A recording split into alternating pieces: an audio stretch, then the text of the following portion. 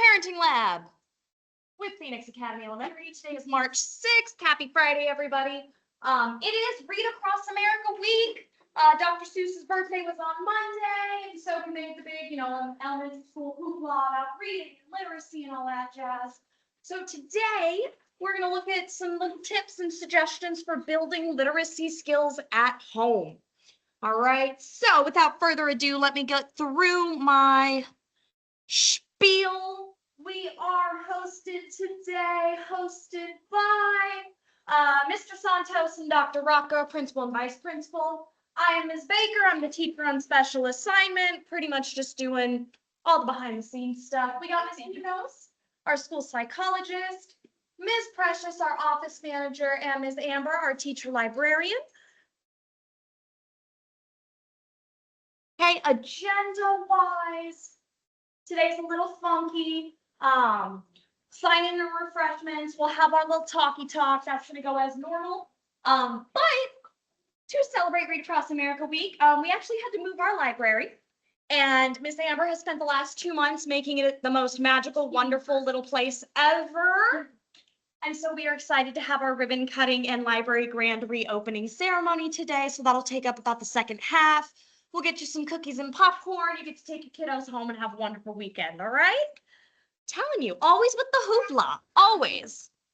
It's good. Okay, norms and expectations. We know, be respectful. Just a reminder, we do record these. They are online. So we do have some friends virtually. Make sure we limit our cell phone use. Please feel free to step aside. You're an adult, handle your business. But remember, we're recorded, so if your business happens in here, it may get caught by the mics, all right? Just fair warning, right? Try to keep our side conversations limited. Y'all know I love talking. I love talking to you. You will definitely get your chance to share, and I would love to hear it. And of course, if you've got concerns, complaints, criticisms, please let me know. You can schedule an appointment with the front office. Like, we will handle it if we have issues, okay? No questions there, y'all. Usually great. Mission statement, our school's goal, we want to make it a truly equity-centered environment so every kid gets what they need. That's what that says in short. Okay, we want them to be respectful, we want them to have integrity, we want them to be school ready, and we want them to be excellent. How they get there, it's going to be a different journey for every kid. That's where we come in, all right? And my next slide. There we go. Our vision, how we see the way things work here. Students should be empowered with knowledge, strategies, tools, and confidence to excel in any and all academic settings and beyond. Okay, that is our goal here. That is what we are working towards. And beautiful. With that, we'll get into the nitty-gritty part of our learning today. So there's 5 major pillars of literacy. This is what your first, second, third grade teachers are breaking down for kiddos, helping them start to understand. Okay, most people, when we think of literacy, we think books. We think reading, okay? But before we even get to that, we sing our ABCs. We think about the sounds these letters make, okay? So first is phonemic awareness, which is fancy teacher speak for we can identify and manipulate individual sounds. Okay, for example, when we think about the word dog, we think about a dog, right? We have a d, d, d, and we have an aw, and we have a g, g, g. Being able to break that down like that and know that D sounds like D is our phonemic awareness, okay? Now, phonics is when we start taking those letter sounds and turning them into words. So we stop going D, ah, G, and we start being able to make it dog. We can blend that together. We can start really connecting the letter that I am reading with the sound that it is making. Okay, as we get our letters down, we know our sounds. We start blending those sounds together into whole words. We get into fluency. You might remember in elementary school getting called to a room and reading a paragraph as fast as you can. That's our fluency. Can you read it clearly? Can you make no mistakes? All right. Can we give the proper expression? Are we raising our voice to the question mark? Things like that. Then we got vocab. Everybody knows what vocab is. Do you know words? Including our structure, right? Do we change the ending for different past tense, present tense, all of that jazz? Till finally we reach the fifth pillar, which is comprehension. Can you actually get information out of what you are reading, right? Because we can say the words. I know I said all the words on the paper, right? But did it make any sense? And so that's our last pillar. A way that we think about reading and teaching reading from the teacher side of things, right? Usually grades 1, grades 2, grades 3, so our little students, they are learning to read. They're just trying to make sense of the symbols on the page. Once you hit 4th grade, 5th grade, 6th grade, that is when we start looking at it as reading to learn. That is when we're like, okay, you should be able to identify the words on the paper, but now can you read that paragraph and get something valuable out of it? Can you understand what it's telling you? So these are our 5 major bits of literacy, okay? Most of the time, right, we're not expecting a little 5-year-old to be comprehending necessarily, because they're still going to be learning their sounds. They're still going to be learning those little sight words, right? They're at the beginning phases. Any questions on that? I know that's a whole lot of educational hoopla coming at you. Not too bad, right? I like breaking this down because I know when I was like coming to elementary school as a former math teacher, I was like, I don't know how to teach a kid how to read. I know my mama taught me once upon a time, and that was it. But really thinking through it, all those little letter games that you play with kiddo, that's the beginnings of literacy. Speaking is the beginnings of literacy. All right, y'all have been doing a ton of work there. So fun facts, I was doing research for this. Fun fact, something that I have found, okay, we are Homo sapiens. That is, human beings in fancy science speak. We actually have an anthropologist, though. His name is Walter Fisher, and he says humans are storytellers. In fact, kind of one of the things that makes us human is the way that we tell stories. So Homo neurons, the storytelling human, another name that we can call ourselves. All right, storytelling is as old as humanity. The earliest peoples worldwide, and I'm talking earliest, like way past the olden times, we're going back to the caves, right?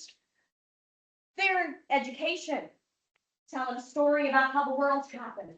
Education, telling a story about why we don't eat that plant. Okay, worship started our early religions, early spiritualities.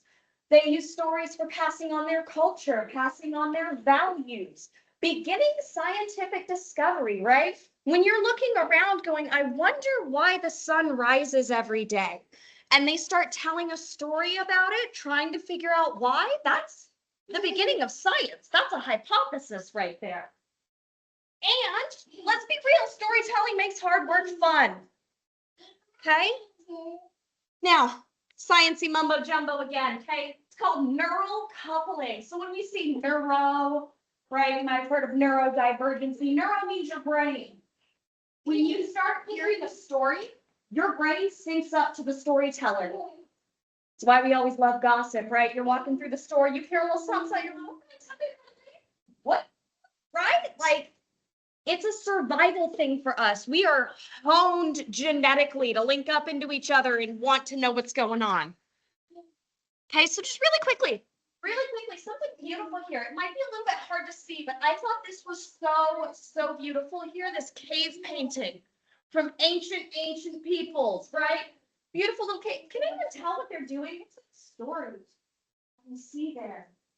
We see someone sitting down in the middle. See their hair hanging down, and we see somebody else over here hanging on to that hair. What are they doing? Yeah. That little snippet of a picture down there at the bottom. He is washing her hair. It comes from a much larger picture of preparation for a wedding. Hey, painting. Think about if y'all had a wedding today, right? Your hairdresser coming in, you getting fancy, all that jazz. They were doing the same things way back then. Right up here, we got a man in a chariot. He's hunting lions. Hunting lions from the back of his chariot right there. All right?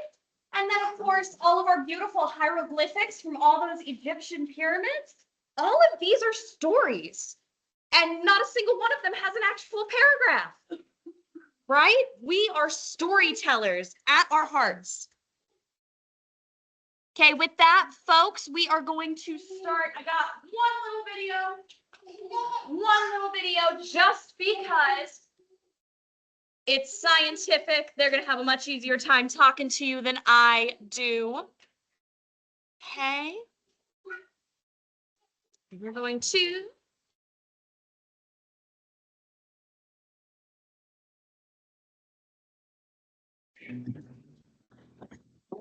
Some of the less reputable corners of the internet, you might have heard strange things about mirror neurons. For some people, we have empathy and ESP and telepathy. It probably goes without saying, but most of that isn't true. They definitely don't give us superpowers. And there's conflicting research about whether they're the basis of empathy. Even if they're not, though, they are still a very cool part of your brain and probably help us learn from other people. Maybe mirror neuron comes from the fact that they fire both when you do something, when you watch someone doing something, even if you don't move a muscle. Basically, it's mirror the neural activity of the person who's doing the thing. And it was first discovered in the 90s. So it goes that one day, a monkey had needle electrodes inserted into individual neurons in their brain.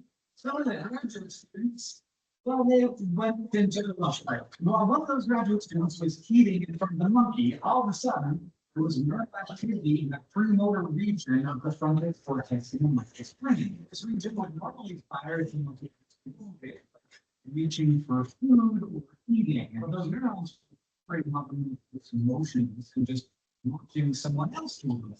Further research now figuring exactly where these neurons were, and there were multiple specific. Like mirror neurons that fire when the experimenter grabs a piece of food, fire to the experimenter use tools to grab the food instead. But the big question was, why did this happen in humans too? Because these neurons were in regions of the brain where monkeys and humans differ a lot. However, humans still participate is a little fussier about getting electrodes planted into individual neurons inside of their brains. So scientists use electrically second EEGs for mirror neurons instead, as they record neural activity through the scan. Researchers had 20 subjects.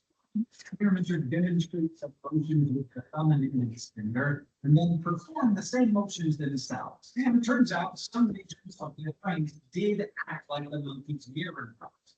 Parts of the motor and premotor areas of the frontal lobe, for example, as well as where the parietal lobe meets the temporal lobe, an area involved in vision and focusing attention. Knowing that they're there and where they are doesn't tell us why they're there.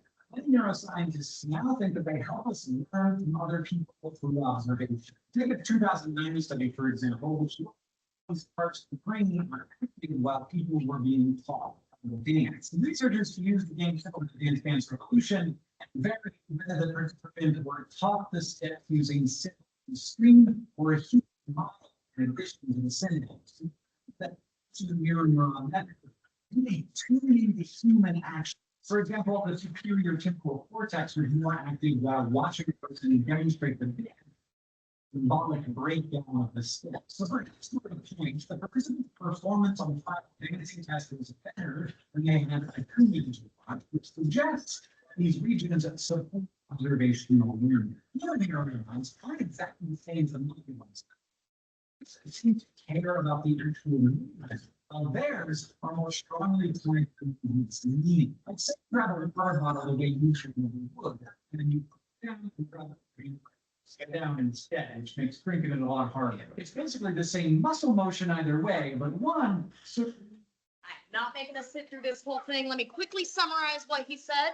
So basically, right, when you do things, parts of your brain start lighting up. When we're having a conversation together, parts of your brain start lighting up. When you decide to grab something, parts of your brain tells your muscles to do the things, right?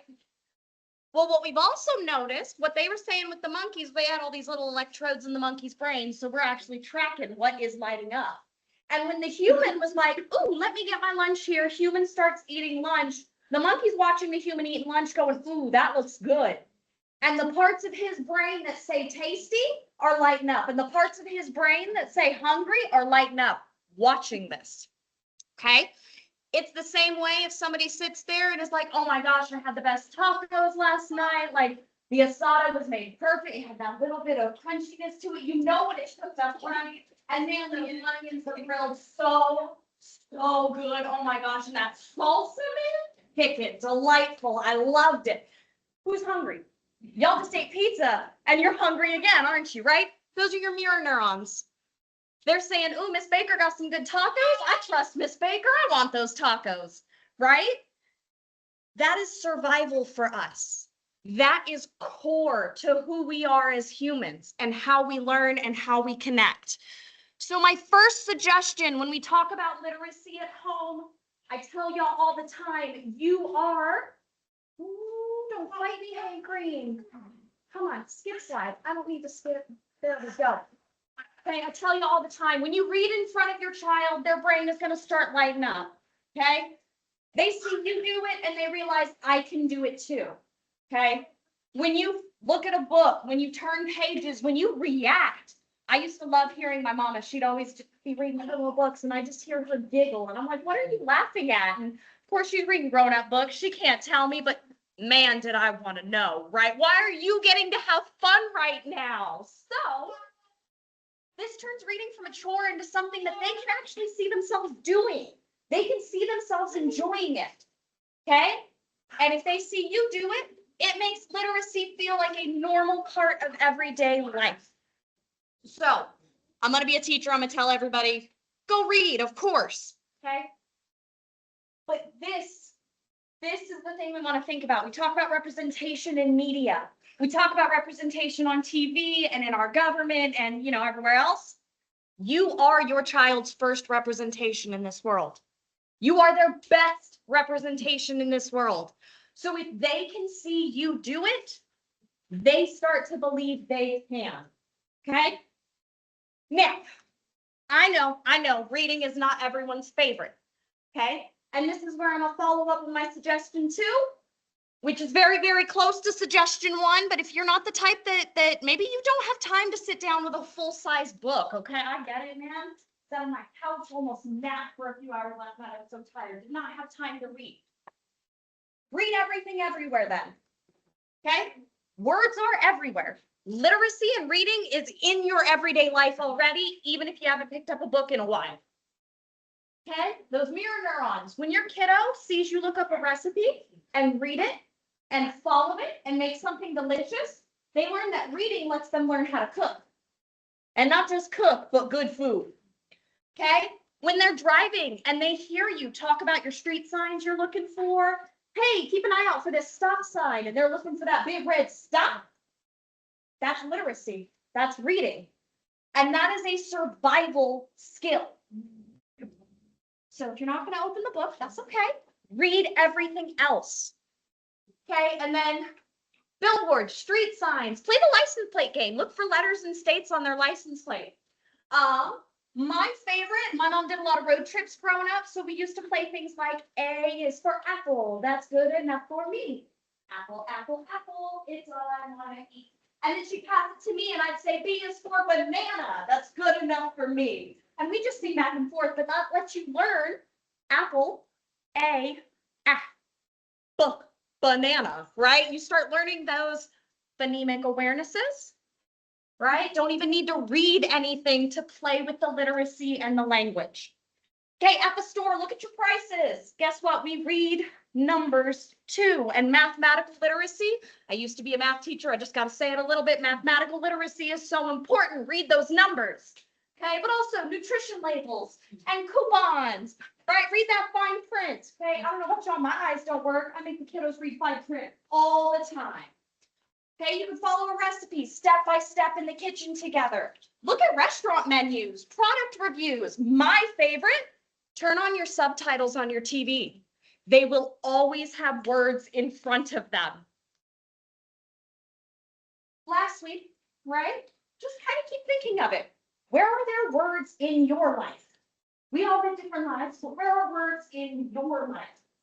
Think about that, okay?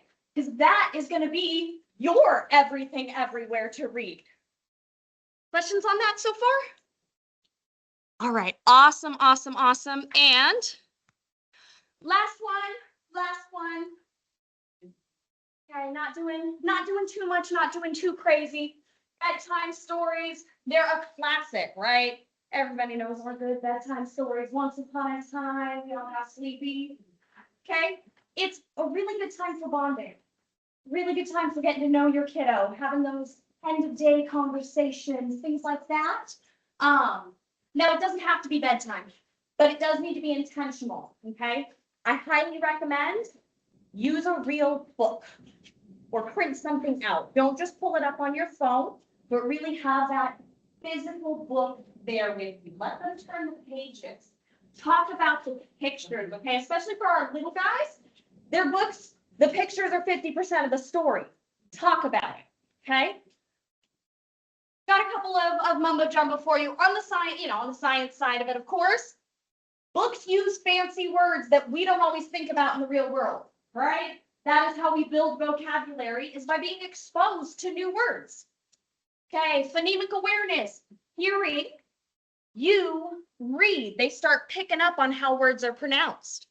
They start picking up on, my favorite, that it's okay to mispronounce it. It's okay to learn a word from reading it. And we'll do our best, and we'll maybe go to school and ask somebody how we pronounce it if we want to change it, right? It's good to have those conversations. And then, of course, logic building, okay? A story has a beginning, a middle, and an end. We can keep track of things this way, right? Logic building. Now, on the other side of it, and this is always, the heartsy stuff, children can experience scary or sad feelings in a safe environment. So I'll get a little emotional with y'all here. My first experience with death was gentle because I read a book and it was really sad because the dog died and I was not okay. These imaginary dogs, okay? But when I went to my first funeral 2 years later and the other kids were like breaking down because not only did Grandpa just die, but also, what do you mean this happens to people? I already at least knew what death was a little bit. It was still sad, but it was not as big of a, oh my goodness, earth-shattering thing, because I already knew it happened. And it happens to everyone.